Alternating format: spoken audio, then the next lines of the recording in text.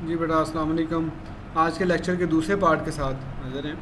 अभी देखिएगा हम एक सिंपल सा प्रोग्राम लिखने लगे हैं। सबसे पहले मैं लिखूँगा preprocessor directive, number sign, या आप शिफ्ट 3 प्रेस करके लेके आएंगे। इंक्लूड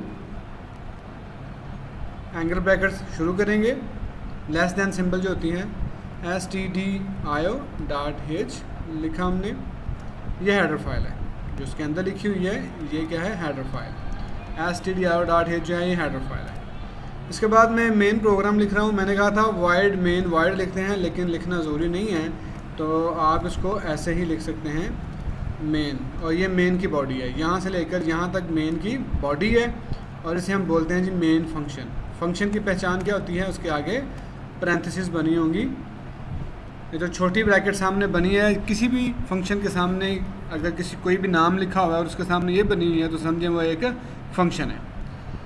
अब हमारा काम क्या है जी? हमारा काम है कि हम प्रिंट एफ अब अपना नाम प्रिंट करें। Print F double quotation mark use करेंगे, ये एंटर की के साथ होते हैं जी। शिफ्ट की प्रेस करके डबल कोटेशन आएगा, वैसे सिंगल आता है। तो हम वेलकम करना चाहते हैं जी, या फिर हेलो वर्ल्ड प्रिंट कर लेते हैं। सबसे पहले आमतौर पे हेलो वर्ल्ड प्रिंट होता है, हेलो वर्ल्ड। अब हमने इसे कंपाइल करना है और इसको फिर रन करना है। तो Alt F9 के साथ ये कंपाइल होगा जी बेटा। 2 एरर्स है इसके अंदर। एरर कौन सी है जी? मिसिंग स्टेटमेंट, ठीक है। तो आइए देखते हैं मिसिंग स्टेटमेंट कहाँ पर है। यहाँ पर उसने कहा मिसिंग स्टेटमेंट है। मैंने आपको बताया था कि हर स्टेटमेंट के एंड पे स्टेटमेंट टर्मिनेटर लगाना है, तो सेमीकोलन का लगाना बहुत ज़रूरी है जी। दोबारा से हम करेंगे। मैंने आपको साइकिल बताया था कि हम उस वक्त तक कंपाइल की कोशिश करते जाएंगे जब तक कि सारी की सारी जो एरर्स हैं वो रिमूव नहीं हो जाती। तो एरर रिमूव हो गई तो फिर आगे कंपाइल होगा। अब 0 एरर्स हैं और इसका मतलब है कि ये एरर रिमूव हो गई है। अब ये कंपाइल हो चुका है। एंटर की प्रेस करेंगे। आगे एक वार्निंग लिखी हुई है, तो वार्निंग का इशू नहीं होता। वार्निंग उसी के लिए है क्योंकि हमने वॉइड नहीं लिखा मेन से पहले, और दरमियान में वॉइड नहीं लिखा, तो वो नहीं भी लिखेंगे, कोई इशू नहीं है। सिर्फ वार्निंग है, एरर नहीं है। अब हम कंट्रोल F9 करेंगे तो हमारा प्रोग्राम चल जाएगा। कंट्रोल F9 किया जी, प्रोग्राम हमारा चल गया। एक दफ़ा स्क्रीन ब्लिंक होकर ख़त्म हो गई है। इसका मतलब आउटपुट आई थी लेकिन वो चली गई है। आउटपुट दोबारा देखने के लिए आपने प्रेस करनी है Alt F5 की।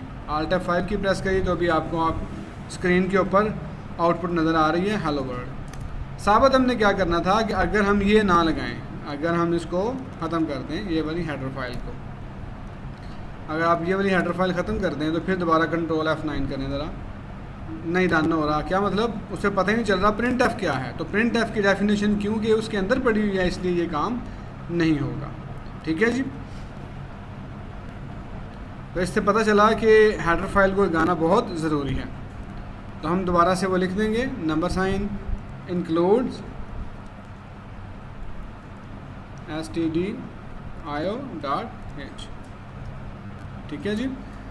और ऐसे ही एक होता है वैल्यू, मैंने कहा था नंबर डिफाइन भी इस्तेमाल करते हैं अपनी मर्ज़ी की वैल्यू इस्तेमाल करने के लिए। वो कैसे यूज़ होता है उसको भी देख लें। उसके लिए हम लिखेंगे नंबर डिफाइन,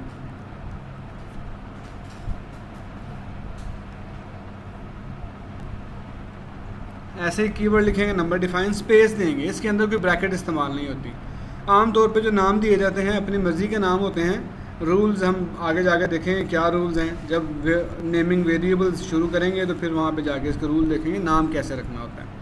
फ़िलहाल आप PI जो है नाम रख लें। पाई की वैल्यू क्या होती है? स्पेस दे के 3.14 लिख देंगे। आगे आपने कोई चीज़ नहीं लगानी, कोई सेमीकोलन कोई चीज़ आपको लगाने की ज़रूरत नहीं है। अब हम इसको प्रिंट कर रहे हैं जी, कंट्रोल F9 कर रहे हैं।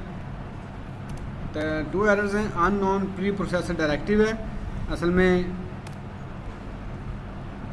CLU, यहाँ पे D आना था, S लगा दिया हमने। अब फिर ट्राई करेंगे कंट्रोल F9 करके। यस, हमारा प्रोग्राम एग्जीक्यूट हो गया है। Alt F5 किया तो रिज़ल्ट नज़र आ गया है। अब पहले वाला रिज़ल्ट भी साथ आपको नज़र आएगा, ये बात आपने ज़हन में रखनी है जी।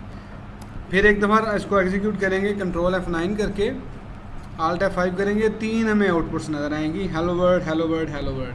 इसको आगे जाके मैं बताऊंगा कि इसको अगर आपने वॉश करना हो पहले अपने आउटपुट से तो फिर आप क्या करेंगे। हमने अभी पाई की वैल्यू प्रिंट नहीं की, तो मैं अभी सिर्फ प्रिंट कर रहा हूँ पाई की वैल्यू। आपने इससे परेशान नहीं होना कैसे हो रही है, आगे जाके मैं आपको एक्सप्लेन करूँगा इसके रूल्स भी। आज के लिए सिर्फ यही है कि हम पाई की वैल्यू जो है वो प्रिंट कर सकते हैं।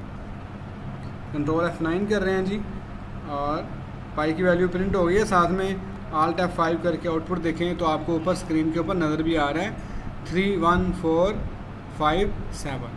तो आगे जाके देखेंगे जी इसके अंदर क्या इश्यूज़ हैं, क्यों ऐसे नज़र आ रहा है। अच्छा, इसका जो है मैं सही कर देता हूँ, कंट्रोल F होना चाहिए इसको।